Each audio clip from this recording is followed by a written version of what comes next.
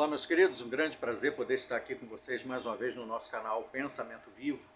Quero dizer que tenho uma grande honra, é um grande privilégio poder mais uma vez falar um pouquinho aqui a respeito de algumas experiências, de trocar uma ideia, né?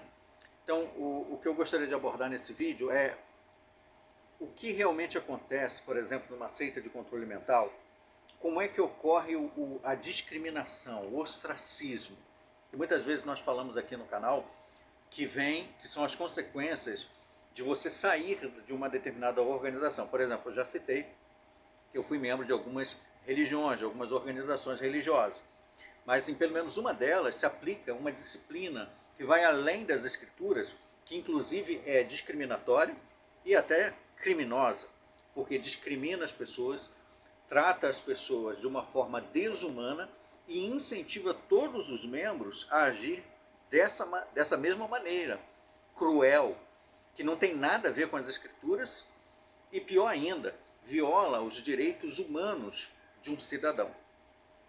Por exemplo, se você é membro dessa determinada organização religiosa, da qual eu fiz parte, ou foi membro, ou pensa em ser membro, analise esses detalhes. É uma organização norte-americana, talvez você receba o convite, né, para ser membro dela, para aceitar um estudo bíblico.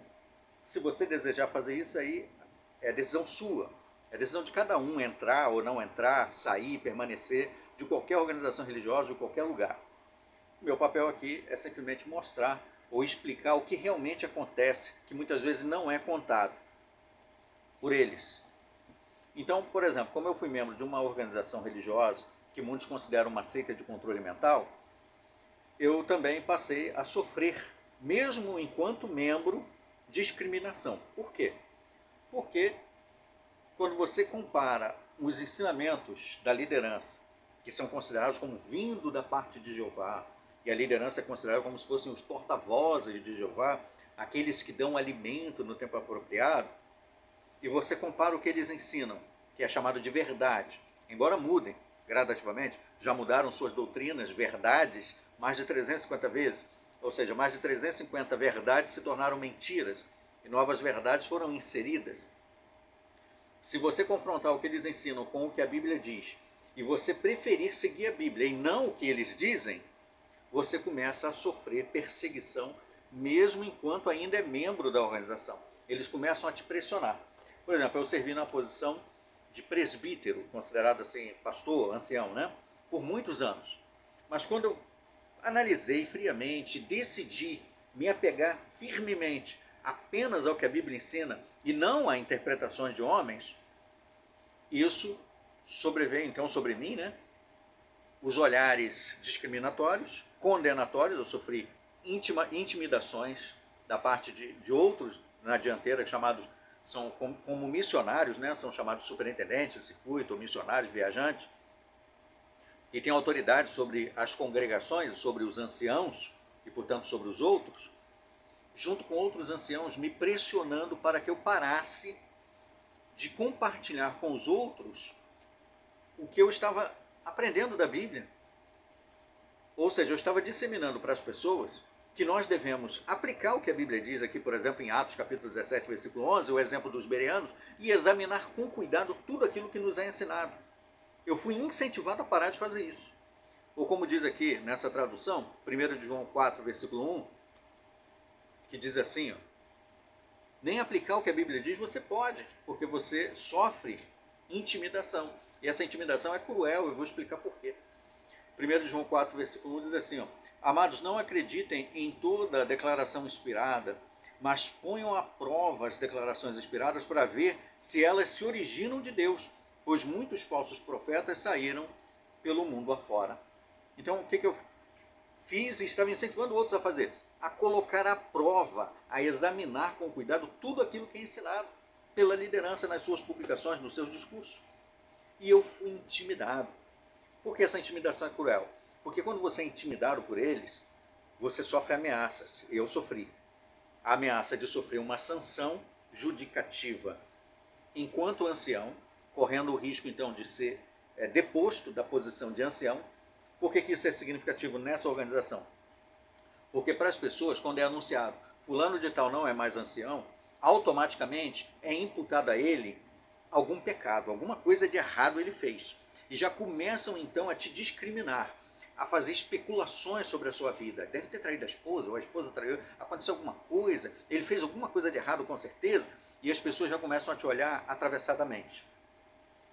E aí você já começa a sofrer uma certa pressão psicológica, você já começa a ser mal visto, mal falado dentro da própria organização, como eu fui em diversas congregações, em diversas cidades que me conheciam, porque eu fazia palestras em eventos grandes chamados assembleias e congressos. Então muitas pessoas me conheciam e começaram então a se espalhar boatos especulativos a respeito da minha vida. Depois disso, quando você continua preferindo obedecer a Deus antes que a homens, como diz Atos 5:29, a pressão fica ainda mais forte, porque você começa a sofrer a ameaça de entrar numa comissão judicativa, num tribunal paralelo para ser julgado.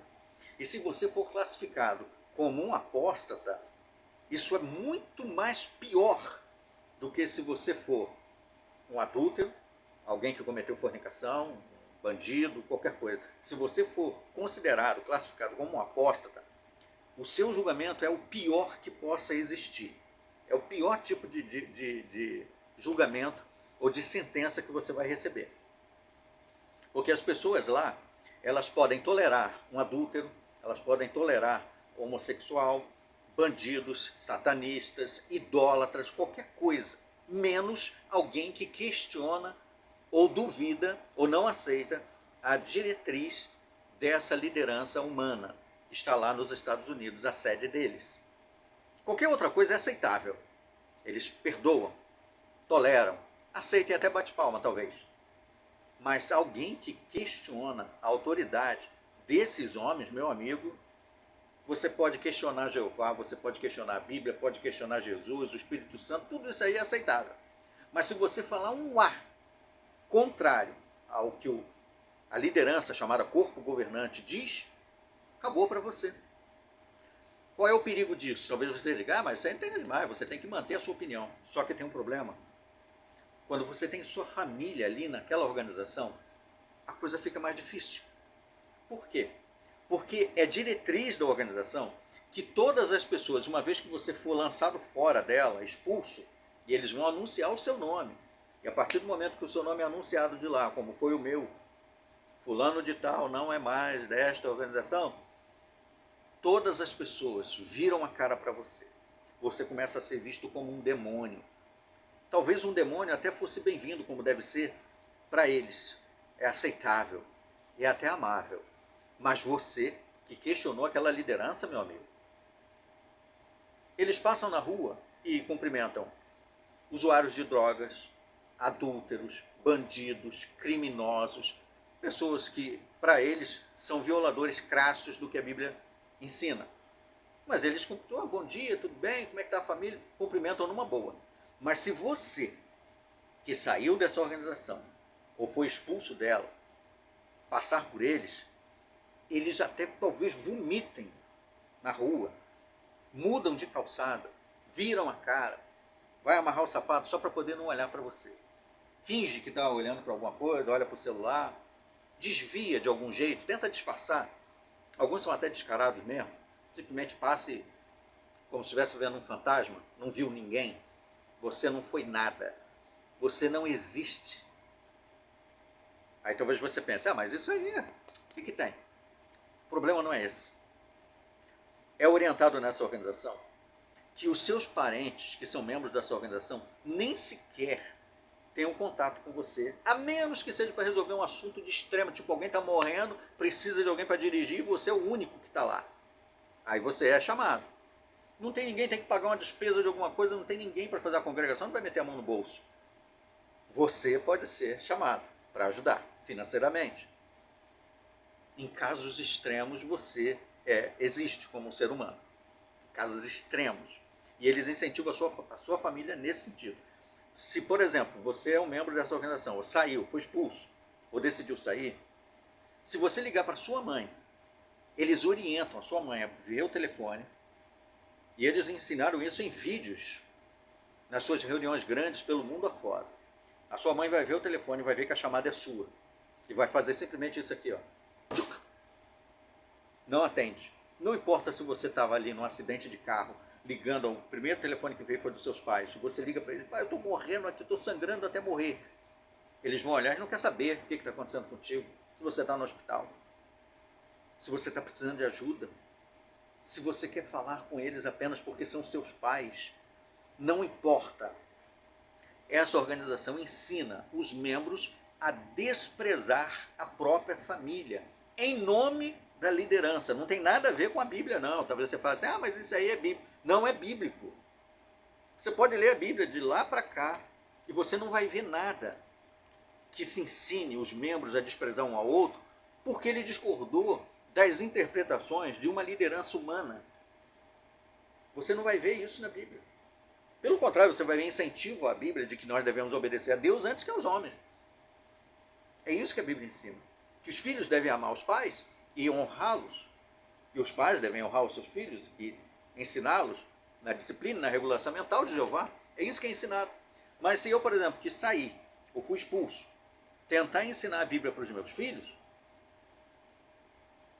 eles já foram ensinados, orientados pela organização, de que eles não devem ouvir minha oração, não devem aceitar um estudo bíblico meu. Se eu quiser participar, eles vão se fechar e vão simplesmente estar ali de corpo.